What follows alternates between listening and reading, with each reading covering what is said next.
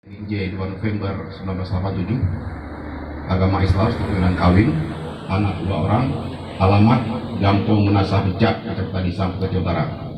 Pendidikan program magister S2 Universitas Pajajaran Bandung yang terakhir.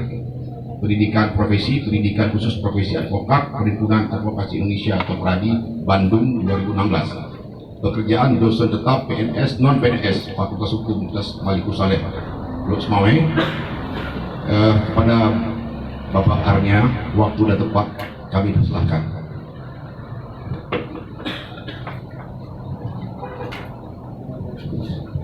Assalamualaikum warahmatullahi wabarakatuh. Jadi pikir tanya hanya kebagian deh, karena kaitan melatih tanya jawab. Dan hal buku karena ketika dengar tanya, alhamdulillah karena Prof Jamal, beliau insyaallah bersedia untuk menyampaikan closing statement, dan waktu Prof itu menyampaikan, lu rasa kamu cakup mandum aspek hukum.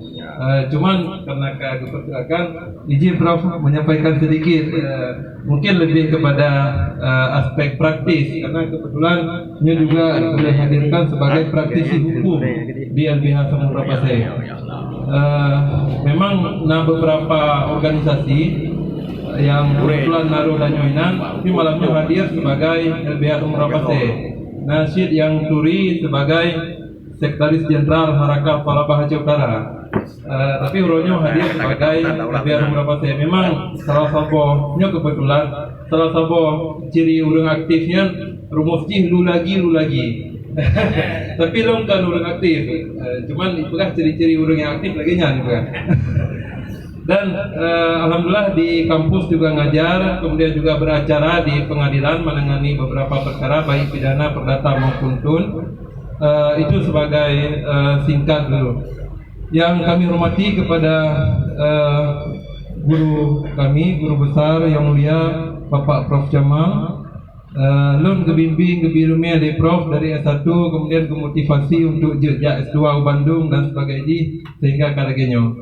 Terima kasih banyak Prof. Kemudian juga yang kami hormati kepada Pak Ketua DPR, kepada Pak Ketua Panlek, Pak Camat, Guna Pak Amir Hamzah, Kawai Kada Izin, kemudian kepada sesepuh danyo dari KNPI, Bapak, terima kasih banyak. Kemudian juga dari Pak Ketua KNPI Jawa Utara dan juga seluruh pengurus, juga semua elemen yang sudah berhadir pada malam yang berbahagianya. Mohon maaf, karena sebut satu persatu.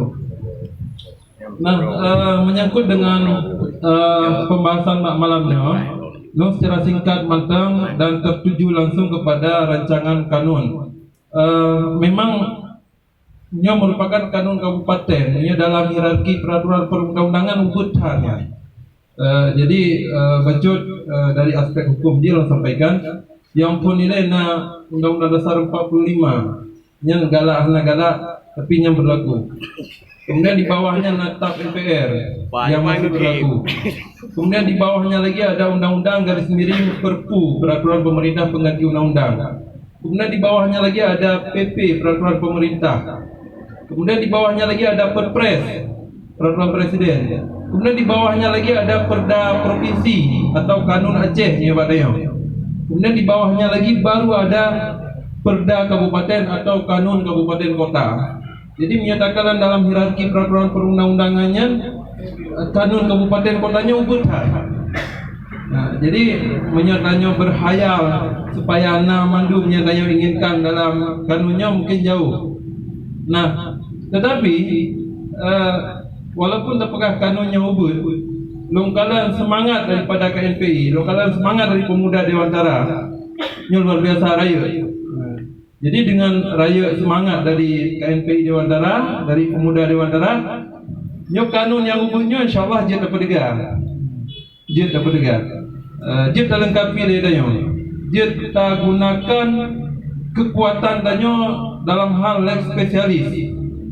Jadi walaupun mempegah kanun kabupatennya ubud, tapi dibanding dengan perda yang ada di kabupaten kota di luar Aceh, di Medan, di Bandung, di Surabaya dan sebagainya.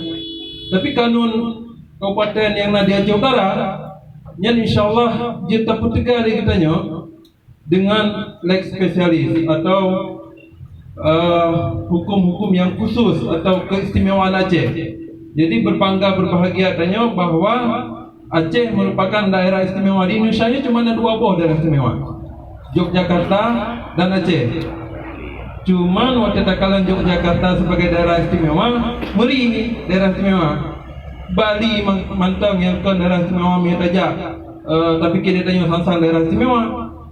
Bandung mantang yang pernah lu tinggal juga muncul kearifan lokalnya, padahal itu bukan daerah istimewa. Nah, Aceh sebagai daerah istimewa yang diakui oleh NKRI, kadang-kadang nyom cakap punya salah, bapak-bapak koreksi, dan nyom malah kurang tersyukuri status keistimewaan yang kagebi oleh pemerintah yang kana dari zaman kan. Maka leg spesialisnya bukan hanya menyangkut dengan adat istiadat, tapi juga untuk segala sektor yang kita atur itu harus ada nuansa leg spesialisnya di dalam kanun, baik di tingkat provinsi sesuai dengan kapasitas provinsi maupun di tingkat kabupaten kota sesuai dengan kapasitas kabupaten kota. Guna Pak Camat kali disampaikan mengenai dana CSR, non sepakat di dalam kanun penyelenggaraan tenaga kerja lokal itu ada disebut di pasal 60 kalau nggak salah, ya ada. Tetapi saya sepakat dengan Pak Camat supaya diadakan suatu kanun yang khusus mengatur tentang CSR, sehingga CSR yang dari perusahaan-perusahaan yang seharusnya hijau katanya lebih tepat sasaran dan lebih maksimal penggunaannya. Nyom cakap kadang-kadang CSR perusahaan yang dikuruku tapi larinya ke Langsa. Memang data konkretji hana badanya. Iplung kedai benar meriah, iplung kedai dakingan. Pada yang hirup amonia nanya. Tapi orangnya hadirkan sebagai hatar, sebagai lawyer atau pengacara memang agak keren betul. Lagi harus berkeren punya pengacara. Ada salah pegaju. Mana dipernah oleh senior dari Medan.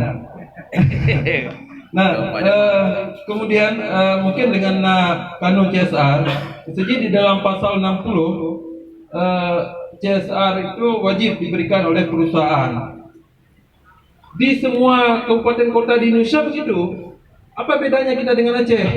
Kita juga di samping CSR ada zakat misalnya, yang harus diberikan kepada masyarakat oleh perusahaan. Kalau digabung zakat dengan CSR nanti nominalnya sama.